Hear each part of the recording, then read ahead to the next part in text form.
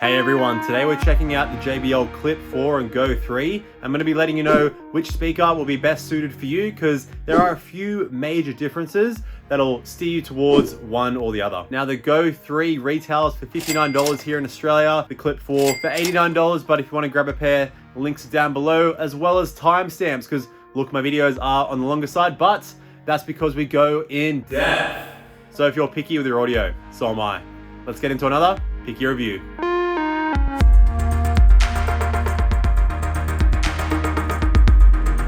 Alright, starting with physical features and design, and both speakers are nice and sturdy. You got some nice fabric finishes there, some rubberized texture to keep them in place when you got music playing, except when the Go 3 is lying down on its back. It goes a little bit crazy when you got the music cranking. But both speakers have an IPX 6-7 rating, so this means they're dust proof, great for using at the beach in the sand, for example, and they're also waterproof. So you can submerge these in water, but it's only the Go 3 that'll actually float. Due to the clip on the Clip 4, this does mean the speaker will sink. And that's pretty much the main difference. The Clip 4, of course, has a carabiner clip, but on the Go 3, you got a nice little string thing which you could tie that onto things or hang it on things as well, but the clip is going to be a little bit more convenient.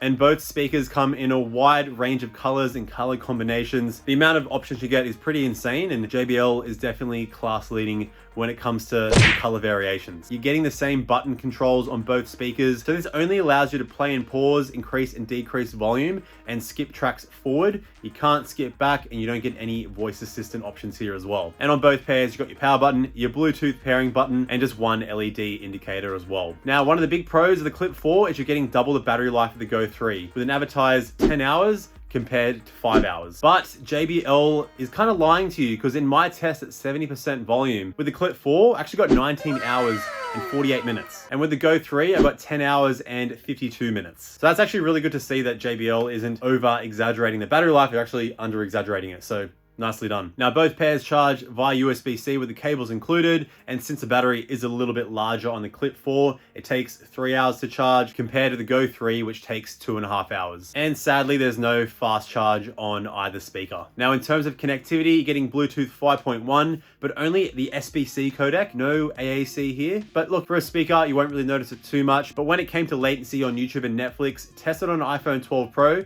there is just the tiniest bit there. I find if it did have AAC, there probably wouldn't be any, but honestly, barely noticeable. And in my Bluetooth range test, in my outdoor test, I got 95%. That's across 27 meters in a clear open space. And in my indoor test, I got 85% for both speakers. That's across 17 meters, downstairs, upstairs, through 5 walls. There is no multi-pairing on either speaker, but you do get auto power off, which I love to see. So if you don't have any music playing, if your phone is still connected or whatever device you use, it'll turn off after like 10 to 15 minutes, which is great because I always just leave my speaker lying around. So this will be great to save some battery life. Now, sadly, neither speaker is compatible with the JBL app. This would have been good to see to get some firmware updates or like a customizable EQ, but sadly not. All right, before moving on to sound quality, a quick little drop on my Instagram here. If you want to stay updated with behind the scenes action of Picky Audio and my audio ventures, link is down below. All right, on to sound quality. And both speakers sound great, pumping out some sound that definitely exceeds their tiny size. But overall, the Flip sounds just a little bit better than the Go,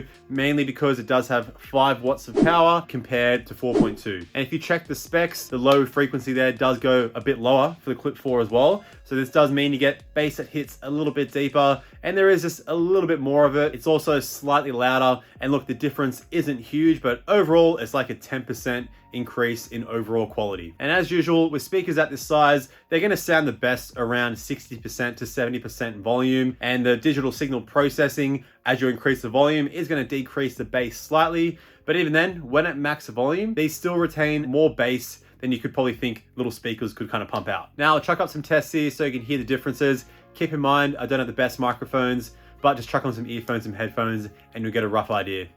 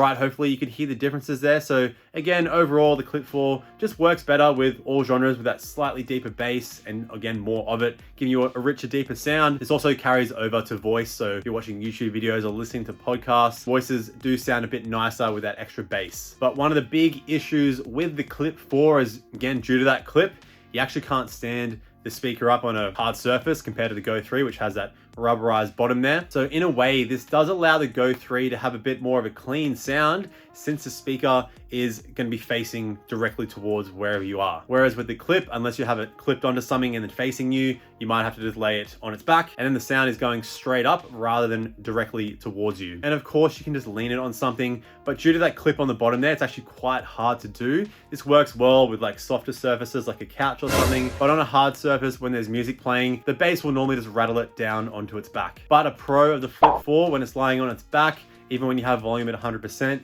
it doesn't budge. Where on the Go 3, even above like 50-60% volume, that speaker is going to go for a little bit of a run. Even when you have the Go 3 facing towards you and the Flip 4 lying on its back, when you're at 100% volume, of course, you're still going to get more bass from the Flip 4, but the clarity would go to the Go 3 if it is facing towards where you're going. But anyway, I'll chuck up some tests here so you can kind of hear the differences with the Flip 4 on its back and the Go 3 facing towards you. And I record this with the speakers a couple of meters away from me on one side of the room, so you get a bit more of like a real world idea.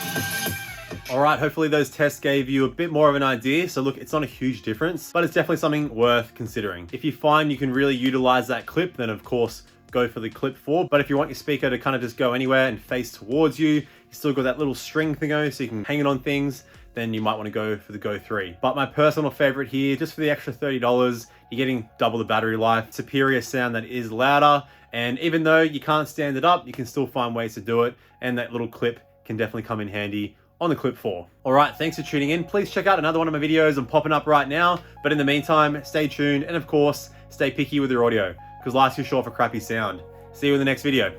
Bye now.